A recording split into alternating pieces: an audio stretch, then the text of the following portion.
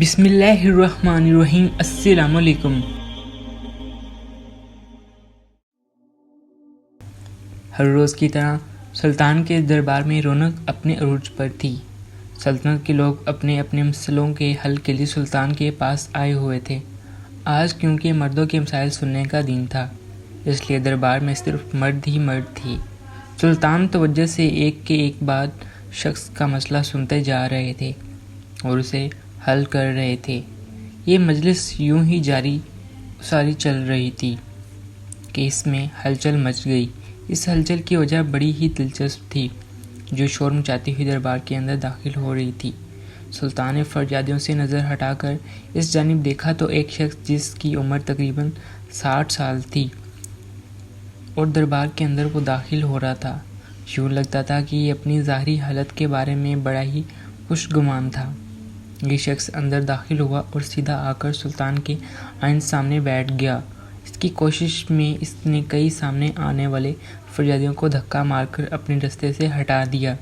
دوسرے فریادیوں نے جب اسے اپنی جگہ لیتے ہوئے دیکھا تو انہیں فوراً ہی غصہ آ گیا، لیکن سلطان کی موجودگی کی وجہ سے ان سب نے ہی اپنا غصہ پی لیا اور جلد باز بوڑھے کو سلطان کے سامنے پیش ہونے دیا۔ خدا جانے اس کا کیا مسئلہ تھا۔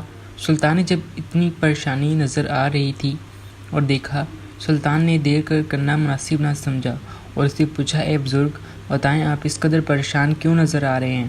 آپ کے چہرے پر ایسی کیا ہوائیاں کیوں اڑی ہوئی ہیں؟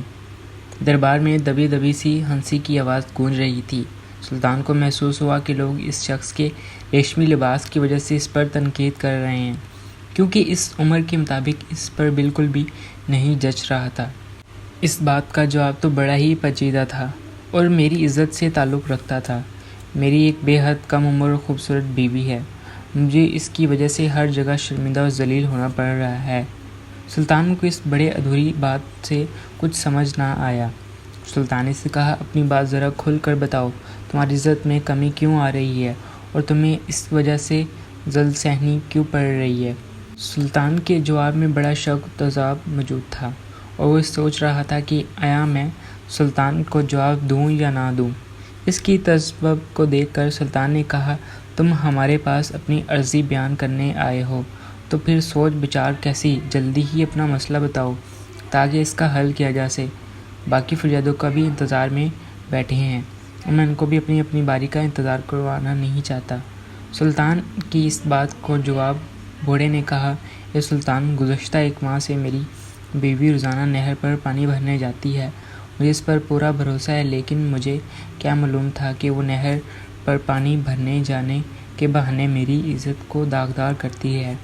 اس کے اس عمل کی وجہ سے میں ذلیل و خوار ہو کر رہ گیا ہوں۔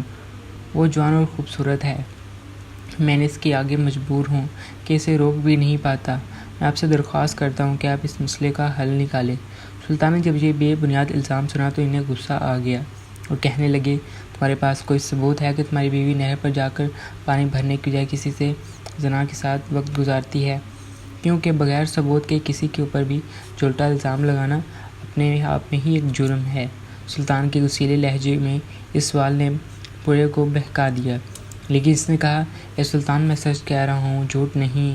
آپ اس بات کا اندازہ اس بات سے لگا سکتے ہیں کہ میرے پاس ایک گواہ بھی موجود ہے جس نے مجھے یہ سب کچھ بتایا۔ اب سلطان سنجیدہ ہونا فطری عمل میں تھا، کیونکہ اگر یہ تو بڑا سچ کہہ رہا ہے، اس کی بیوی زانیہ تھی اور زانیہ کو پتھروں سے سنسار کر دیا جاتا ہے یا موت کے گھاٹ اتار دیا جاتا ہے۔ اس کا علاج تھا۔ سلطان نے اسے پوچھا، جلد مجھے اس گواہ کے بارے میں بتاؤ جس نے تمہیں اطلاع دی ہے کہ تمہاری بیوی نہر پر جا کر زنا وغیرہ کرتی ہے اور بدکار ہے۔ بوڑھے کے پاس موجود فریادی اس کی بات سے بے حد مفروض تھے اور اس طرح مذاق اڑانے لگے۔ اس نے بات سے بے حد مفروض تھے، اسی طرح مذاق اڑانے لگے۔ اس نے بات کی کچھ ایسی ہی کی تھی۔ سلطان خود حیران رہ گئے تھے کہ اب اس بات کے جواب میں اس بوڑھے کو کیا جواب دے۔ بھلا ایک کتا کس طرح کی باتیں کر رہا ہے؟ اس لیے سلطان نے اس بوڑھے سے کہا، بزرگوں، آپ یہ کس طرح کہہ سکتے ہیں؟ بھلا کتا ایک بے زبان جانور ہے، وہ گواہ کس طرح دے سکتا ہے؟ لیکن زنا جیسے پیچیدہ مسئلے کے اوپر آپ کو ایک کتے کی گواہی لے کر اپنی بیوی پر شک نہیں کرنا چاہیے۔ وہ بھی میرے پاس آ کر اس کی شکایت لگا رہی تھی تاکہ میں اس کو سزا دوں۔ یہ تو سزا سراسر ناانصافی ہے۔ سلطان کا بھی لحاظہ نہ کیا گیا اور آس پاس موجود تمام افراد سے جھگڑنے لگا کہ میری بات کا یقین کیوں نہیں کیا جا رہا۔ جب میرے پاس دولت تھی اور میں اس شہر کا رئیس ہوا کرتا تھا تب تو میں کچھ بھی نہیں کہتا تھا، تو میری بات کی اہمیت دی جاتی تھی۔ اب میں سچ بول رہا ہوں تبھی میری بات کوئی سننے کو تیار نہیں۔ میرا کتا جھوٹ نہیں بول سکتا، نہ ہی میں جھوٹ بول رہا ہوں۔ میری بیوی واقعی زانیہ ہے، وہ نہر پر جا کر غلط فعل کرتی ہے۔ وہ پھر پانی بھرنے کے بہانے روزانہ جاتی ہے۔ جلد ہی میں ثبوت کے ساتھ دوبارہ حاضر ہوں گا۔ اتنا کہتے ہی یہ بوڑھا شخص دربار سے باہر چلا گیا۔ اس نے سلطان کو دوبارہ کچھ بولنے کا مہلت ہی نہ دی۔ سلطان کو اس بوڑھے کی آخری بات نے سوچ میں مبتلا کر دیا۔ کیا واقعی اس کی بیوی ایسے کیسے فعل میں ملوث ہو سکتی ہے؟ اگر یہ بات حقیقت ہے تو اس بوڑھے کو نظر انداز کرنا درست نہیں تھا، کیونکہ سلطان ہونے کی حیثیت سے انہیں اپنے پاس آنے والے ہر فریادی کی بات کو جانچنا پڑتا تھا۔ اس لیے سلطان نے طے کیا کہ اس معاملے کی تحقیقات کریں گے۔ اچانک محل میں موجود فریادیوں میں سے ایک شخص اٹھ کھڑا ہوا۔ اس نے سلطان سے کہا، اے سلطان، اس بوڑھے اور اس کے کتے کا وقت آ رہا ہے تو اس کے ہاتھ پاؤں پھول رہے ہیں۔ اس کی پوری زندگی اس طرح دوسروں پر الزام تراشیاں کرتے ہوئے اور ان کی زندگیاں برباد کرتے ہوئے گزری ہے، اس لیے یہ کچھ سچ نہیں بول سکتا۔ آپ بھی اپنی اس معصوم سی بیوی کے بارے میں جو بات بول رہا ہوگا، جس نے اس ایک ماہ میں اپنی پہلی شادی کی ہے۔ یہ سن کر سلطان چونک کر کھڑے ہو گئے۔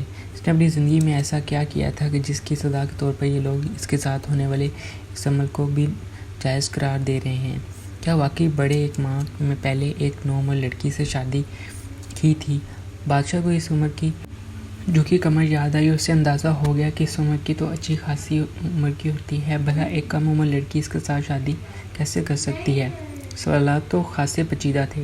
سلطان نے سوچ لیا تھا کہ وہ اتنی آسانی سے اسے بھولیں گے نہیں اور حل کر کے ہی دم لیں گے۔ ایک ایک کر کے محل کے تمام فریادی سلطان سے گفتگو کر کے جاتے رہے۔ آخرکار دربار خالی ہو گیا۔ سلطان تنہا رہ گئے۔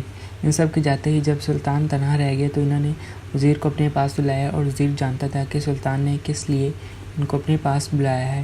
اس نے آ جانے والے بغیر بے چین سے نہیں بیٹھیں گے۔ وزیر نے آ کر سلطان سے پوچھا، جی میرے سلطان، حکم کیجیے، آپ کا ہر حکم پورا کرنے کے لیے بے تاب ہوں۔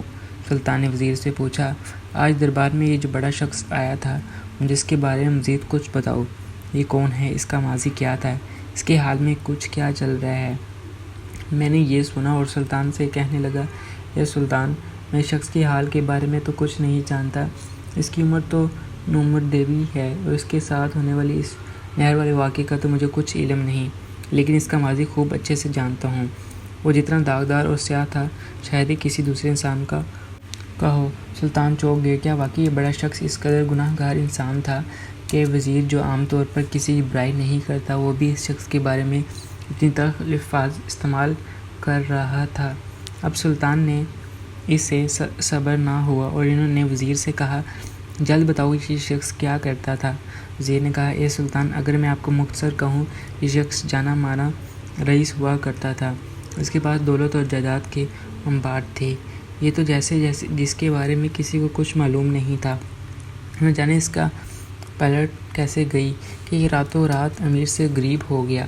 آج اگر آپ اس کی حالت جا کر دیکھیں تو آپ کو یقین نہ آئے کہ لیکن اس بات کو تسلیم نہیں کرتا اور ابھی بھی اپنی ظاہری وضافتہ ایسے ہی بنا کر رکھتا ہے کہ جیسے ابھی بھی نہیں کر رہی ہے۔ ظاہری اس بات میں ہے کہ اسے مزاج میں بھی ابھی تک وہی تنا تن ہے اور یہ خود کو اس ساختہ حالی میں قبول نہیں کر رہا۔